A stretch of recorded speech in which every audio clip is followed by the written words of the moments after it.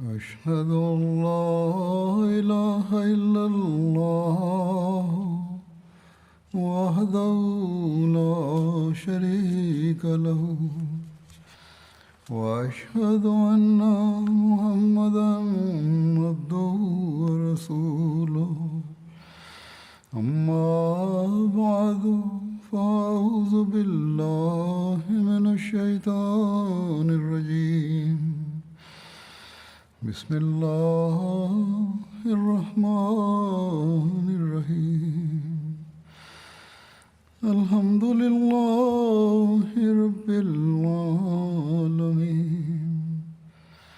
الرحمن الرحيم مالك يوم الدين إياك نعبد وإياك نستعين اهدنا الصراط المستقيم صراط الذين أنعمت عليهم غير المغضوب عليهم ولا الضالين.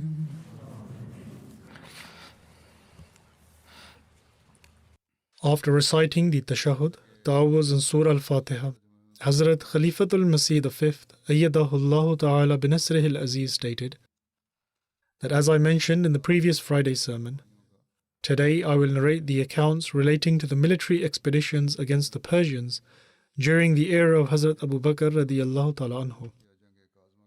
In this regard, one of the battles was called the Battle of Zatus Salasil and is also known as the Battle of Kazima. This battle was fought in the month of Muharramul Haram in the 12th year after Hijrah. This battle is known by three names: the Battle of Zatus Salasil, the Battle of Kazima, and the Battle of Hafir.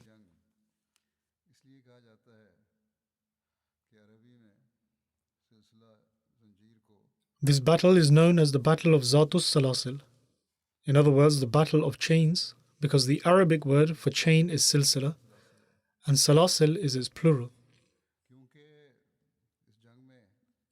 This is because the Persian soldiers had tied themselves to one another with chains so that none of them could flee from battle.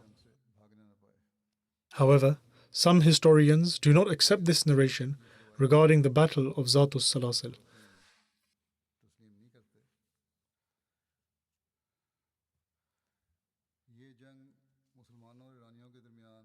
This battle was fought between Muslims and the Persians near Kazima, and as such it is also known as the Battle of Kazima. Kazima is a town located at the coast on the way from Basra to Bahrain.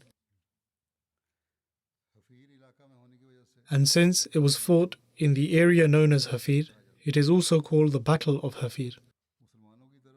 Hazrat Khalid bin Walid was the commander-in-chief of the Muslims, and the name of the commander-in-chief of the Persians was Hurmuz.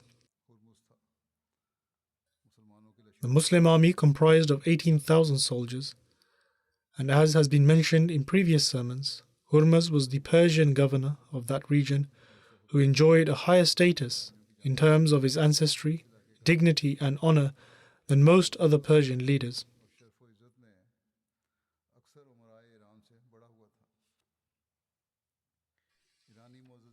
It was the custom of the more revered individuals of Iran to wear expensive hats instead of ordinary ones. And the higher a person's status was, in terms of ancestry, dignity and honor, he would wear a hat corresponding to his status.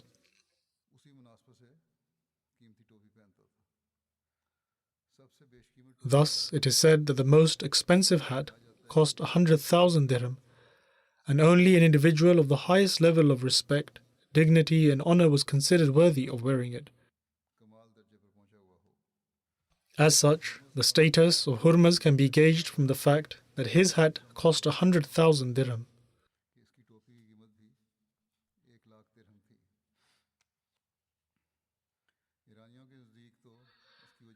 The Persians afforded him with great honor, but the Arabs living at the border in Iraq abhorred him, as he treated those Arabs much harsher than all the other officials at the border.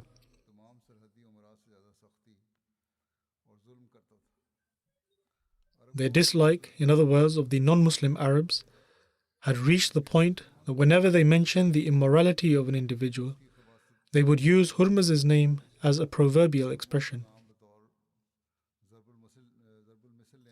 For example, they would say that such and such individual is even more immoral than Hurmuz, or such and such individual is even more wretched than Hurmuz, or that such and such individual is even more forgetful of the favors conferred upon him than Hurmuz.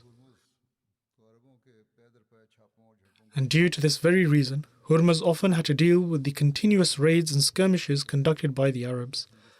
And on the other hand, Hurmuz also used to engage in skirmishes with the Indians at sea.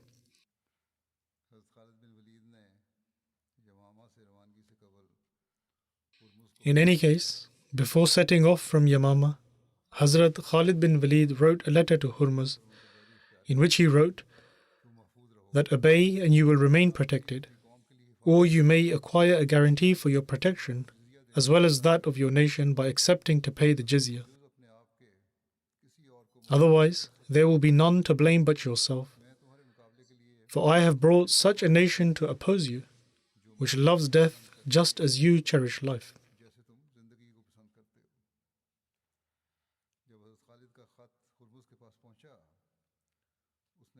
When Hazrat Khalid's letter reached Hurmuz, he informed the Persian king of it, and then gathered his forces and set out along with a swift battalion to Kazima to fight against Hazrat Khalid.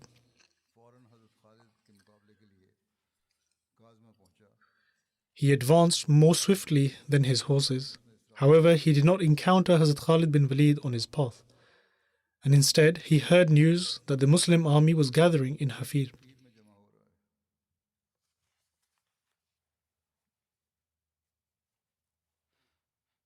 And so he turned around and set forth for Hafir.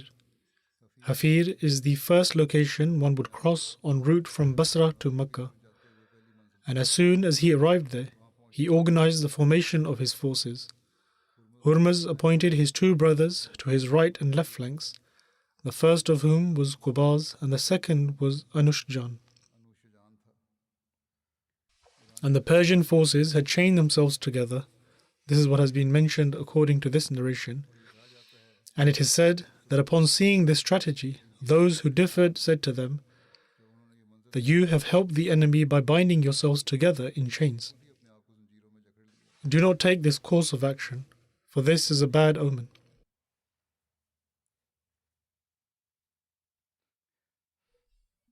However, those in favor of binding themselves together by chains responded and stated that we have received news that you intend to flee and run away. When Hazrat Khalid received news of Hurmuz arriving in Hafir, he redirected his forces to Kazima. And Hurmuz learned of this and immediately set forth for Kazima and set up his encampment there. Hurmuz and his armies assembled in rows and took control of the water supply. Hazrat Khalid bin Walid set up camp in an area where there was no water, and the people brought this matter to him. Upon this, his caller announced that everyone should dismount, unload their provisions, and then fight the enemy for control of the water. For surely the control of the water supply would fall into the hands of the army that is more steadfast and honorable of the two. Upon this, the provisions were unloaded, and the mounted soldiers took their place, and the foot soldiers marched forward and attacked the enemy. Both sides engaged in battle, and all the while Allah sent a cloud behind the Muslim forces, and it rained behind the Muslims, which gave them strength. Hurmuz then hatched a plot to deceive Hazrat Khalid. He instructed his defensive forces that he would challenge Hazrat Khalid to a duel, and while he keeps him occupied in combat, they should launch a surprise attack on Hazrat Khalid. Following this, Hurmuz approached the battlefield, and Hazrat Khalid dismounted from his horse. Hurmuz too dismounted from his horse and challenged Hazrat Khalid to a duel. Hazrat Khalid approached him, and a fight ensued, and both attacked one another. Hazrat Khalid was able to overcome Hurmuz, upon which Hurmuz's defensive forces broke protocol and attacked Hazrat Khalid while surrounding him. It is said that when a single combat duel such as this is taking place, others are not allowed to interfere and attack. However, the enemy's army launched an attack, but despite this, Hazrat Khalid was able to kill Hurmuz. And as soon as Hazrat Kaka bin Amr witnessed this deception by the Persians, he surrounded and attacked Hurmuz's defensive forces and killed them. The Persian forces faced defeat and fled, and Qubaz and Anushjan were also from among those who fled. The Muslims then pursued the Persian forces in the darkness of the night and continued to kill them up until the large bridge at the Euphrates River where today Basra is established. Upon the conclusion of this battle, Hazrat Khalid had the spoils of war collected, and amongst the spoils of war was also a camel's load worth of chains. The chains weighed 1,000 ratl, in other words, approximately 375 kilograms. And the spoils of war sent to Hazrat Abu Bakr radiyallahu ta'ala anhu also included Hurmuz's hat, which was worth 100,000 dirhams and was embellished with gems. Hazrat Abu Bakr radiyallahu ta'ala anhu gave this cap to Hazrat Khalid bin Walid.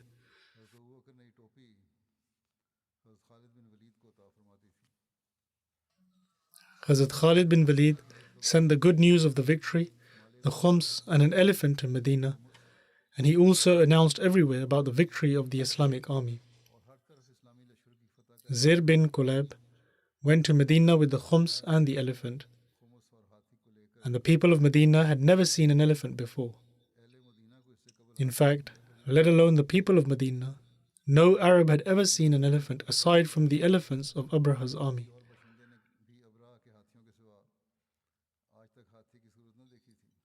And when the elephant was paraded through the entire town, upon seeing it, the elderly women were astonished and asked whether it was something from among the creation of God, and they thought that it was something that had been constructed.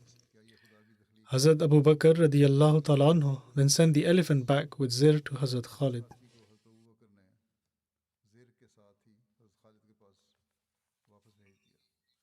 One key reason for why the Muslims succeeded in this battle was the policy Hazrat Abu Bakr radiyallahu ta'ala anhu devised with respect to the farmers of Iraq, and which Khalid implemented strictly. Under this policy, the farmers were not disturbed, and instead they were left wherever they were settled. And aside from a small amount taken in the form of jizya, no other form of tax was taken from them.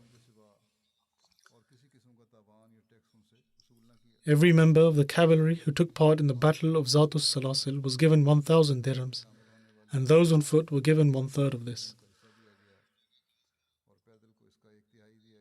The Battle of Qazima had a far-reaching impact. It made the Muslims realize one thing, that despite knowing all about the reputation of the power wielded by the Persians, their full-strength army could not contend with a small Muslim army.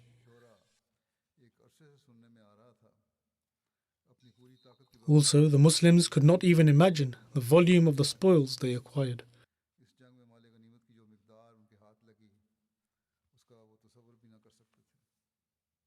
Then there is mention of the Battle of Ubullah, which was fought in 12 Hijri.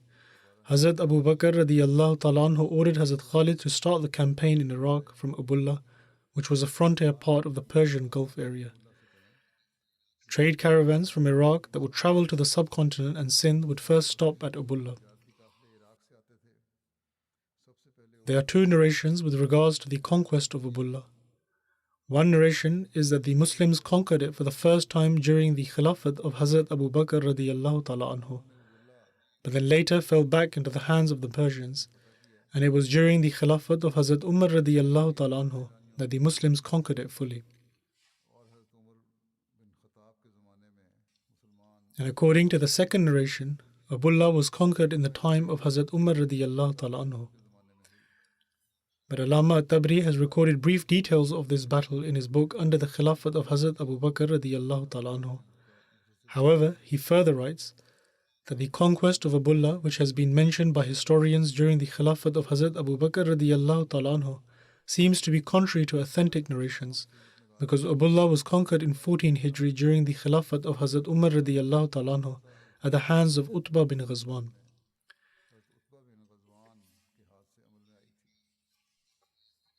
This has been mentioned in other books of history as well with regards to the Battle of Abullah.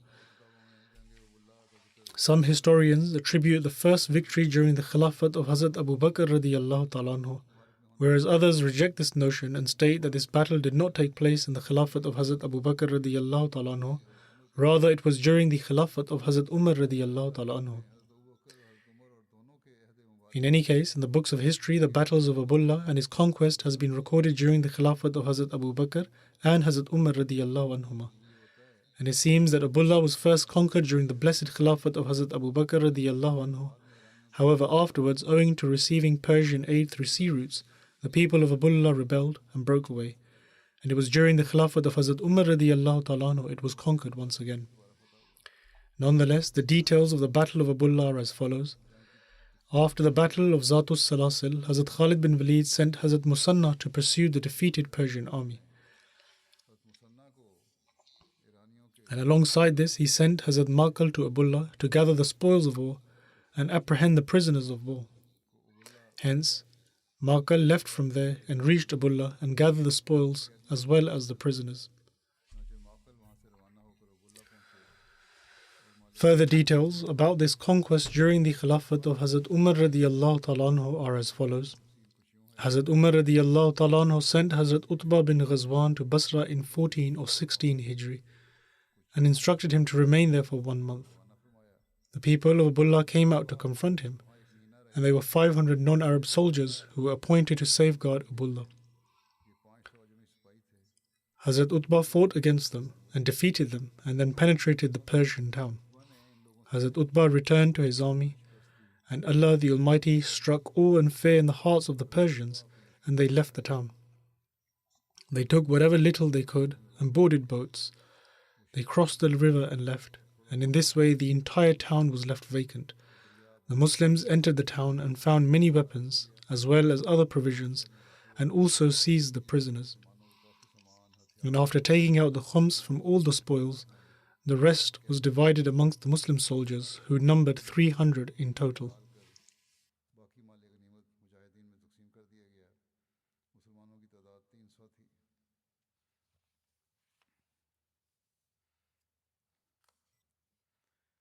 Then there is the Battle of Mazar, which was fought in Safar 12 Hijri. Mazar was a settlement in Mesan, and between Mazar and Basra there was a distance of 4 days' travel. During this incident, everyone was reciting the following, that the month of Safar has arrived, and every rebellious oppressor will be killed at the place where the rivers meet. In the battle of Zatus Salasil, Hurmuz was up against Hazrat Khalid bin Walid. Hurmuz had written to his king to send reinforcements, and the king sent a contingent as reinforcements under the command of Qarin. However, this contingent had only reached Mazar when they received news of the defeat of Hurmuz in the battle of Zatul Salasil and his death. Alongside this, contingents of the defeated army of Hurmuz ran to Mazar and met Qarin. And some of the soldiers from the contingent who ran away said to the soldiers under Qarin that if you become dispersed today, then you will never be able to gather together as one again. Therefore, immediately prepare to return. The soldiers of the army that ran away and the soldiers from the reinforcements, in other words, the new army coming from Persia, joined forces and both incited each other to war. A new army was now formed to defend the king, and the forces that had run away said that this is our commander Qarin, and it is quite possible that God will grant us victory and rid us of our enemy. And in this way we can recover some of our loss.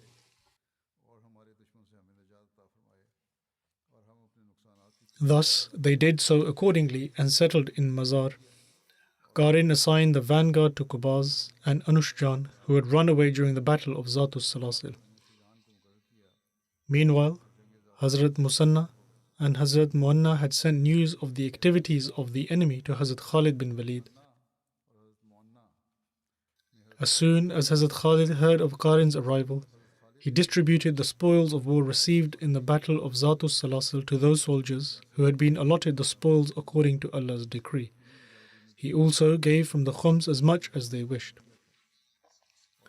He then sent the remaining spoils and the khums from the battle of Zatus Salasil and the good news of the victory to Hazrat Abu Bakr radiyallahu ta'ala anhu. Hazrat Khalid also informed Hazrat Abu Bakr radiyallahu ta'ala anhu that the army defeated in the battle of Zatul Salasil has joined the new contingent under the command of Qarin and have gathered in one place. Thus, Hazrat Khalid left from there and went to confront Qarin's army in Mazar. He arranged his army in rows, and the two armies clashed in a state of rage and fury. Qarin stepped into the battlefield for a duel, and both Hazrat Khalid and Hazrat Maqil bin Ashra stepped forward to confront Qarin.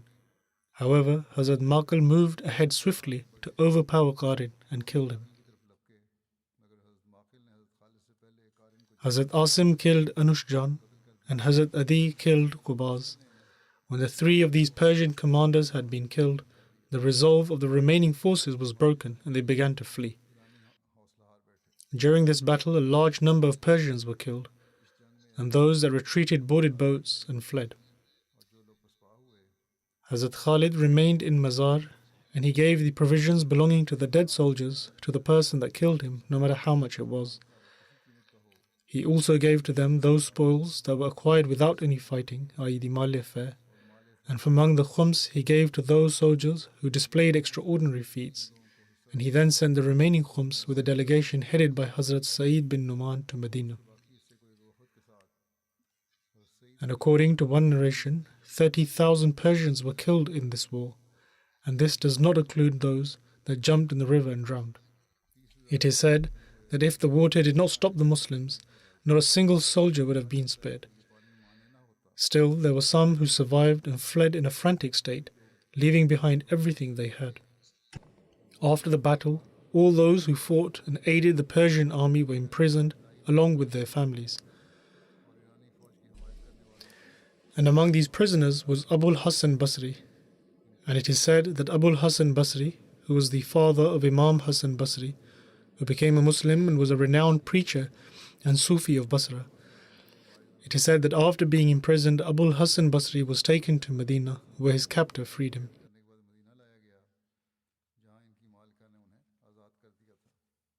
After this victory, the general population was treated with exceeding kindness, and without inflicting any sort of harm upon them, farmers and all others were urged to offer jizya, and they were allowed to maintain possession of their lands and properties.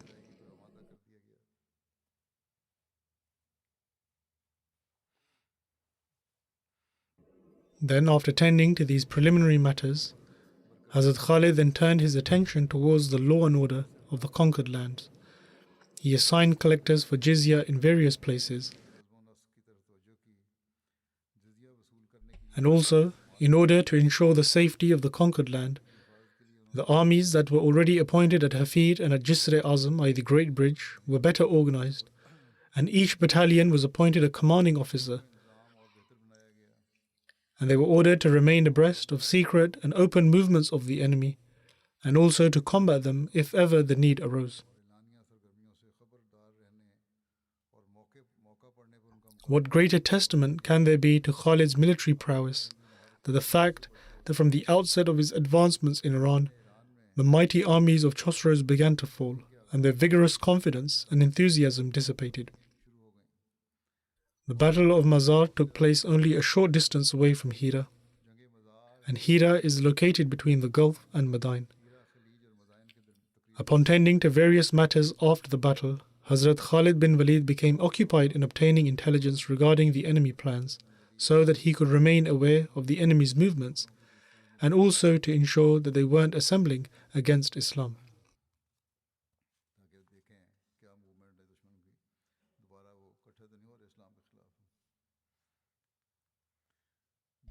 Another battle was the Battle of Walaja, which took place in Safar 12 Hijri. Walaja is a dry land near Kaskar. The Persians had been made to face humiliating defeat at the Battle of Mazar, in which many of their prominent leaders were killed. Upon this, the Persian king devised another ploy and intended to confront the Muslims with better preparation.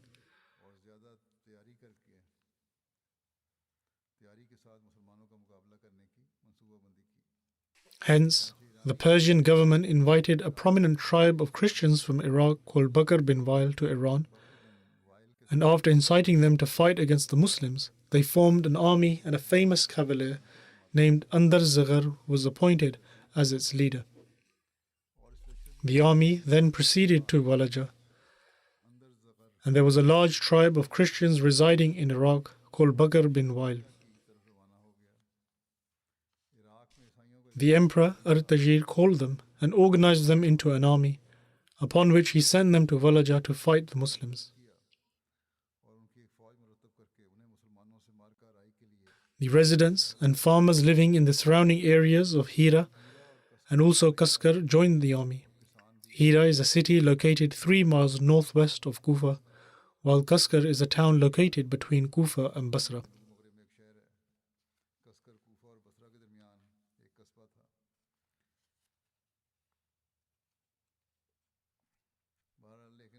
The thought arose that all of the credit for defeating the Muslims should not go solely to the Christian Arabs, and so a prominent soldier named Bahman Jazve was also sent with a large army.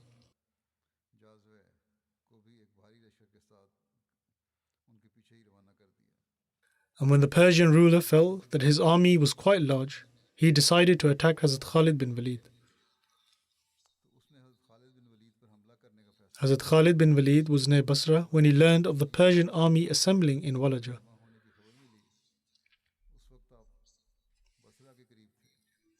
Hazrat Khalid bin Walid felt that the best course of action was to attack the Persian army from 3 sides, so that they become scattered and will become confused due to the sudden attack.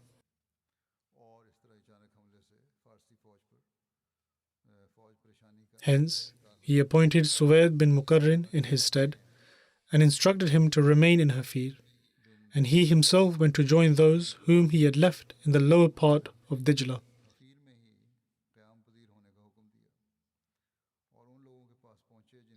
He instructed them to always remain vigilant with regards to the enemy and to never be caught off guard or be deceived. Hazrat Khalid then took his army and set out towards Walaja and fought against the enemy army and its supporters, ensuing in a fierce battle.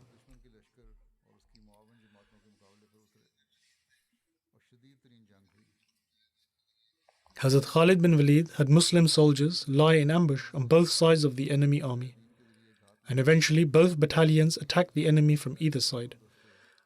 The Persian armies fled upon suffering defeat. However, they were surrounded from the front by Hazrat Khalid bin Walid and from behind by the 2 battalions that had been lying in ambush. And this perturbed them to the extent that they no longer cared if their compatriots were killed, and the leader of the enemy forces were ultimately defeated and killed. And Hazrat Khalid bin Walid treated the farmers as he usually would.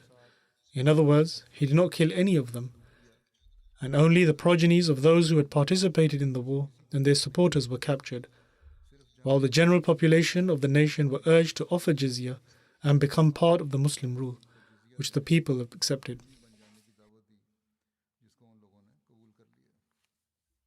Then there is mention of the Battle of Ulais. The Battle of Ulais took place in Safar 12 Hijri. Ulais was one of the cities in the Ambar province in Iraq. And the humiliating defeat handed by Hazrat Khalid to Bakr bin Wail and the Persians at the Battle of Walaja greatly angered their fellow Christians.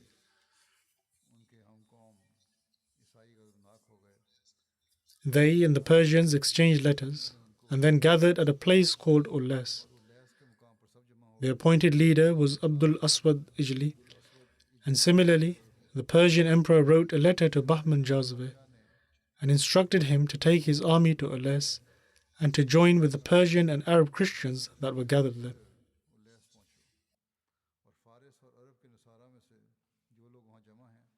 However, Bahman Jazaveh did not accompany the army himself. However, he appointed another brave fighter named Jaban and sent him off with the instructions of inciting people to fight, but to not engage in battle with the opposition until he himself arrived, unless they were attacked first.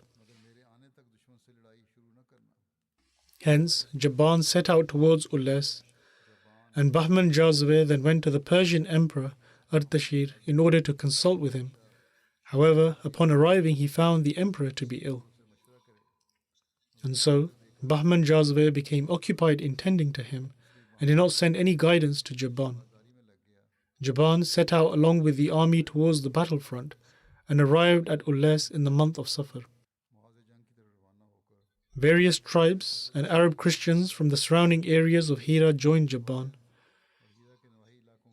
And when Hazrat Khalid learned that these Christian tribes had assembled, he set out to combat them. However, he was unaware that Jaban was nearby as well. Hazrat Khalid had set out only with the intention of combating those Arabs and Christians. However, he was confronted by Jaban in Ulas. When Jaban arrived in Ulas, the non-Arabs asked him his opinion as to whether they should gather intelligence or eat first. In other words, they asked whether they should begin fighting or eat first and then fight. Upon this, Jaban said that if the opposition was not posing any hindrance, then they should remain silent. However, he was of the opinion that they would attack them suddenly and not allow them the opportunity to eat. However, they did not heed to what Jaban said. They lay down their sheets and selected the food, and after inviting everyone, they began eating. Hazrat Khalid arrived to combat the enemy, and he took a pause and instructed for their belongings to be unloaded. Once this was done, he turned his attention towards the enemy. Hazrat Khalid appointed a battalion to protect him from behind, and he then proceeded towards the enemy ranks whilst proclaiming that where is Abjar, where is Abdul Aswad, and where is Malik bin Es? Aside from Malik, everyone else remained silent out of fear. Malik, however, came forward to fight, and Hazrat Khalid said to him that out of all these people, what has given you the courage to come and face me?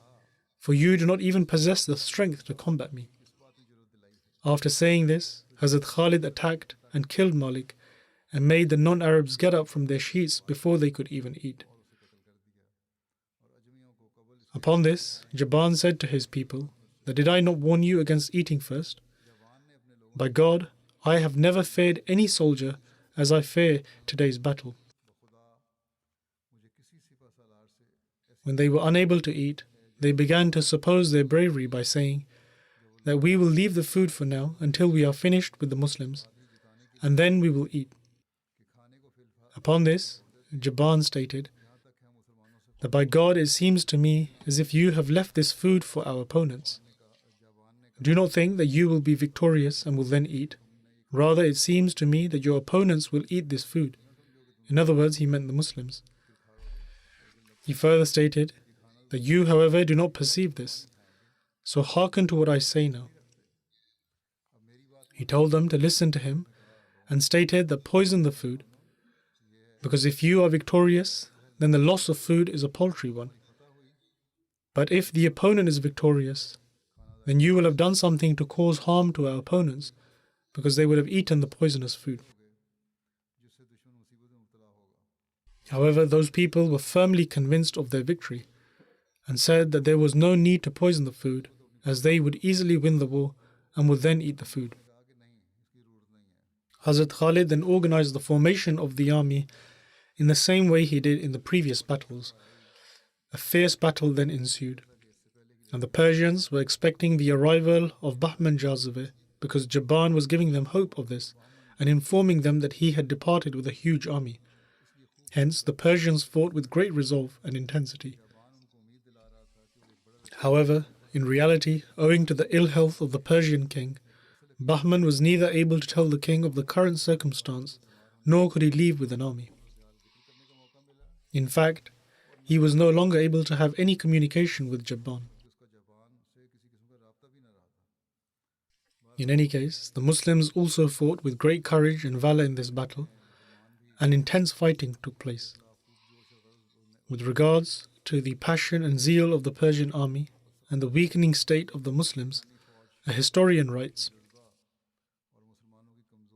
"From the Persian forces, the Christians were the first to launch an attack, but their leader Malik bin Qais was killed. And as soon as he was killed, their condition completely changed and they became dejected. Upon seeing this, Jabban sent the Persians to go forth, and in the hope of Bahman's imminent arrival with reinforcements, they all fought with great bravery. And the Muslims attacked repeatedly, but the Persians were able to repel these attacks with great strength and determination. And so, upon seeing that all the physical measures one could adopt were proving to be insufficient, Hazrat Khalid raised his hands and began to supplicate with utmost humility that, O Allah, if you grant us victory over the enemy, then I shall not spare a single one of them, and the river shall turn red with their blood."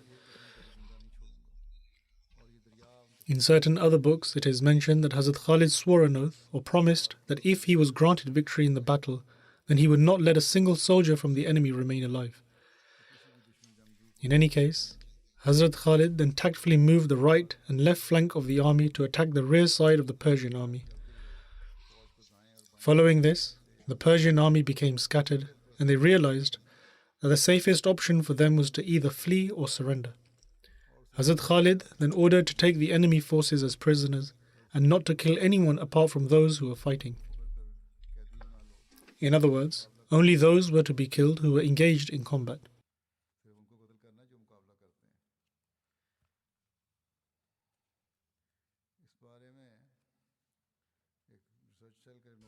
There is a note in relation to this from the research cell, and I also believe this to be correct. Whilst mentioning the details of this incident, most of the biographers and historians, including Tariq at-Tabari, have mentioned that in accordance to the pledge he had made in his prayer, Hazrat Khalid had all the prisoners killed and thrown into the river continuously for one night and one day, so that the river could turn red with their blood. In other words, he not only fought against those who were engaged in fighting, but he also killed those who had been taken as prisoners. And it is for this reason that even till today, this river is known as Nahrud Dam, i.e. the river of blood. However, this does not seem to be true, in that the prisoners were killed and their blood was spilled into the river. It seems that the historians have either acted with negligence or greatly exaggerated.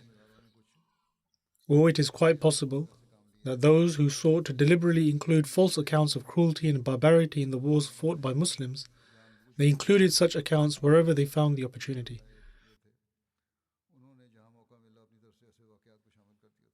Among the historians, there were some who opposed the Muslims, and they harbored malice against them. Therefore, they would write such things. Hence, it is possible that they may have written that the prisoners were killed and thrown into the river.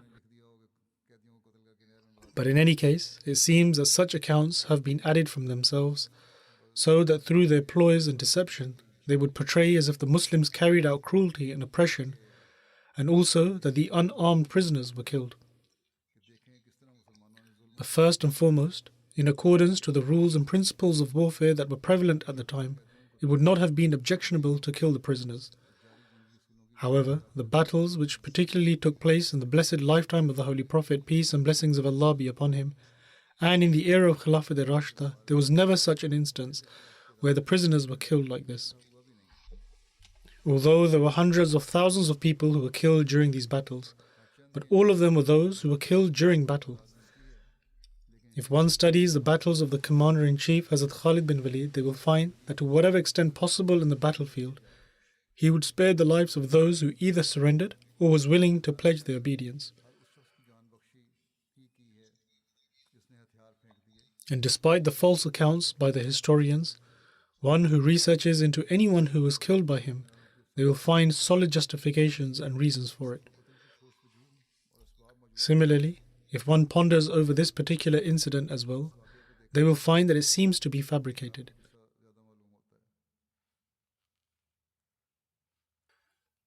This is because amongst the biographers and historians who have detailed every minute information with regards to these incidents, there are some who have not mentioned this particular incident at all. Therefore, this is proof of the fact that this was completely fabricated. In fact, one author, who generally tends to document history in a very liberal fashion and has mentioned certain things which one cannot agree with, even he mentioned after making reference to this incident that the narrators of this particular incident have greatly exaggerated.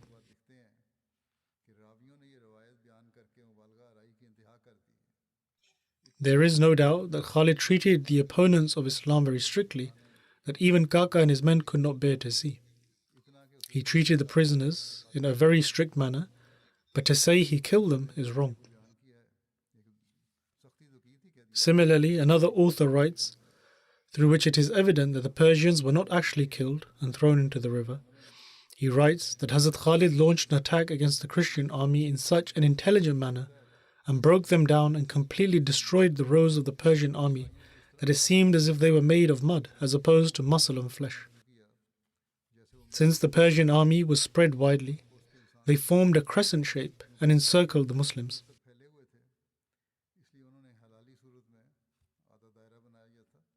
As a result, the Muslims were surrounded by the Persians and Arab Christians, and the opponents began to fight with great passion.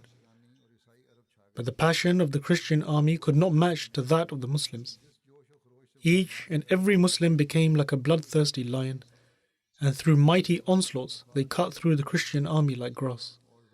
Even though the Persians were martyring and wounding the Muslims, but very few Muslims were falling down, and those who were injured would fight with even greater passion.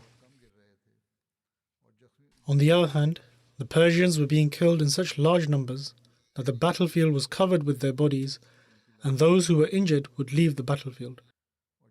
The Muslims killed so many of their opponents that their clothes were covered with their bloodstains. The clothes of Khalid bin Walid were also in the same condition, and the ground was drenched with the blood of the Persian army, and it began to flow like water. Eventually, the Persians suffered defeat, and they fled in great panic. The Muslims pursued them and continued to kill or imprison their soldiers till quite some distance. And the Persians fled in such a disarray that 1,000 soldiers of theirs plunged into the river and drowned. When the Persians had gone quite far ahead, the Muslims then returned, and it is said that 70,000 Persians were killed in this battle and 138 Muslims were martyred. Historians are also astonished at the fact that how the Muslims were able to kill so many of the Persians. This is what has been written by another historian.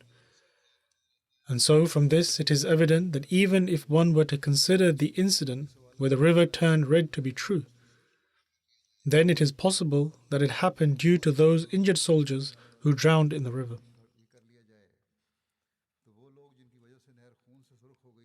Thus, it can be said that there is some element of exaggeration in these accounts, and on the basis of this, people had the opportunity to level such peculiar allegations against the Islamic wars and against the character of Hazrat Khalid. Through these battles, they have tried to accuse the Muslims of being cruel and oppressive.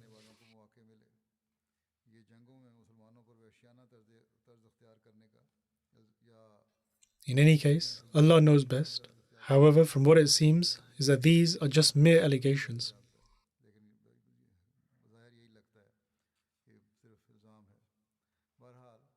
In any case, when the enemy suffered defeat and their army became scattered and the Muslims were no longer going after them and returned, Hazrat Khalid stood next to the food provisions and stated that this was for them, because whenever the Holy Prophet, peace and blessings of Allah be upon him, would find the food which had been prepared by the enemy who had fled the battle, he would distribute it amongst his army.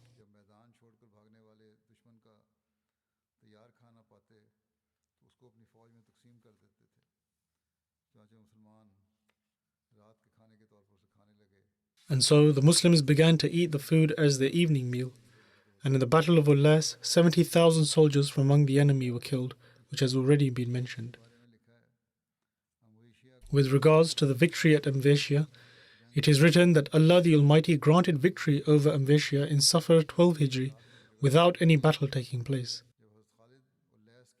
Amveshiya is the name of a place in Iraq, and when Hazrat Khalid finished from the conquest of Ulas, he made preparations and went to Amveshiya. However, prior to his arrival, his residents quickly fled from the area and dispersed in Sawad. Those settlements in Iraq which the Muslims had conquered during the era of Hazrat Umar radiallahu ta'ala anhu were named Sawad owing to its lush green fields.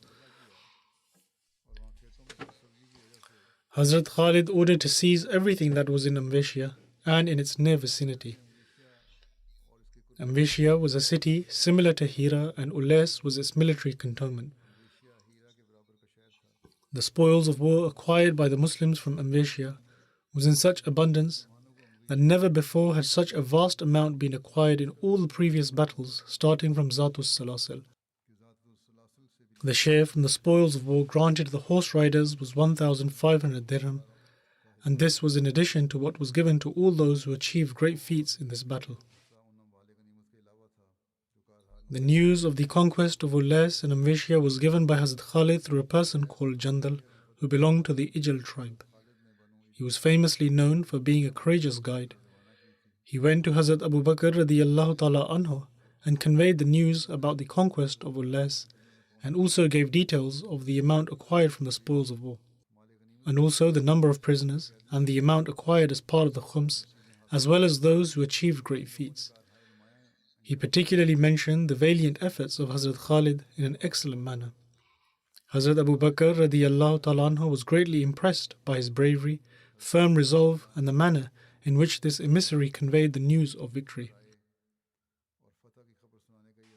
Hazrat Abu Bakr radiallahu ta'ala anhu liked the mannerisms, the accounts of bravery and courage, and the manner in which he narrated these accounts. And so Hazrat Abu Bakr radiallahu ta'ala anhu inquired of his name, and he replied that his name was Jandal. Hazrat Abu Bakr radiallahu ta'ala anhu then commended him and granted him a bondswoman from the spoils of war, from whom he had progeny. And it was on this occasion that Hazrat Abu Bakr radiallahu ta'ala anhu stated that no woman from now will be able to give birth to a child the like of Khalid bin Walid. The rest of the accounts will be narrated in the future, inshallah.